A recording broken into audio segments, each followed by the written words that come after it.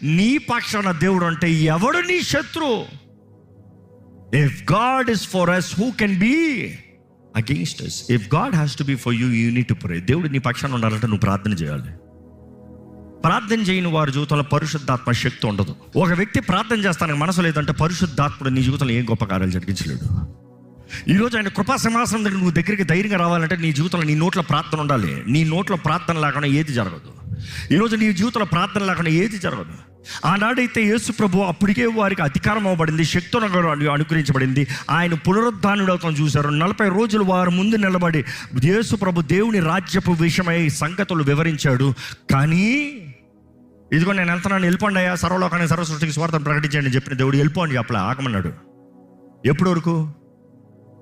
మీరు పరిశుద్ధాత్మను పొందుకున్నంత వరకు, పై నుండి మీకు శక్తి అనుగ్రహించబడే వరకు యెరూషలేమును విడిచిపెట్టద్దు, వేచి ఉండు.